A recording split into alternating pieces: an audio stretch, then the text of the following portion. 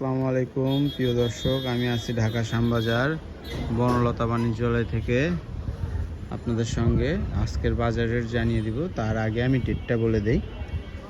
আজকে 1/9/2024। আজকে এটা হচ্ছে পাকিস্তানি পেঁয়াজ। পাকিস্তানি পেঁয়াজের রেট আপনার 90 থেকে 92 টাকা। এবং এদিকে আছে আমাদের পাংশার পেঁয়াজ 102 টাকা বিক্রি করতেছি, কিন্তু 102 টাকা খাচ্ছে না, 101 টাকা সর্বোচ্চ খাচ্ছে, 101 টাকা খাচ্ছে। এগুলো পাবনার পেঁয়াজ 102 টাকা বিক্রি করতেছি, কিন্তু টুকটাক 101 টাকা খাচ্ছে, এর উপরে খাচ্ছে না। এই হচ্ছে বাজারটা কাস্টমার শূন্য। এই হচ্ছে মেন সমস্যা, কাস্টমার খুবই কম।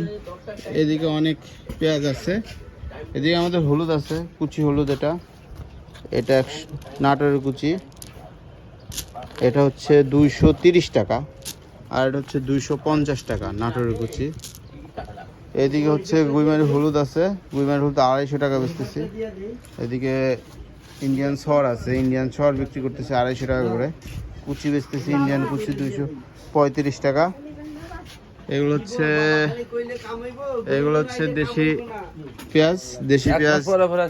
দেশি পেঁয়াজ বিক্রি করতেছি 102 টাকা। এটা পাবনা 102 টাকা, 2 টাকা খাচ্ছে না, 101 টাকা খাচ্ছে দেশি পেঁয়াজ।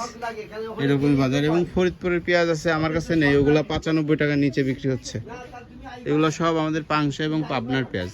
আমার যা পেঁয়াজ আছে সব ভালো মানের পেঁয়াজ, পাংশা এবং পাবনা। কমা পেঁয়াজ খুবই কম, আমার কাছে কমা পেঁয়াজ নেই। এগুলো হচ্ছে নাটোরের রসুন বিক্রি করতেছি আমরা 195 টাকা ভালোটা, এবং 92 থেকে 195, 192 থেকে 195 বিক্রি করতেছি রসুন। এই হচ্ছে রসুনের বাজার। এদিকে পেঁয়াজ আছে, মার্কা পেঁয়াজ আছে, 102 টাকা বিক্রি করতেছি এটা। এই হচ্ছে বাজার। কিন্তু তুলনামূলকভাবে মুখ্য বিষয় যেটা, কাস্টমার কম, হাটের বাজার বেশি, কিন্তু ঢাকাতে কাস্টমার অনেক কম। এখন কি হবে বোঝা যাচ্ছে না, বাজারটা কোন দিকে গড়াবে।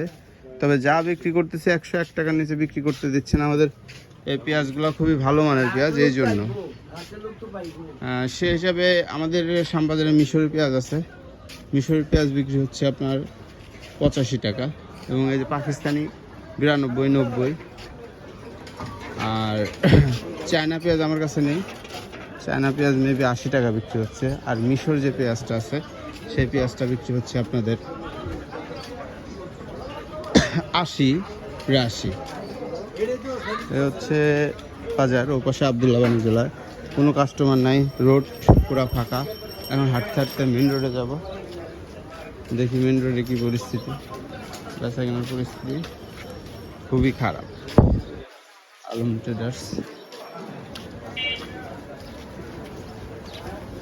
ওইদিকে হচ্ছে কাস্টমার নেই, এটা হচ্ছে মুখ্য বিষয়। যাই হোক, কোনো গাড়ি লোডিং নেই।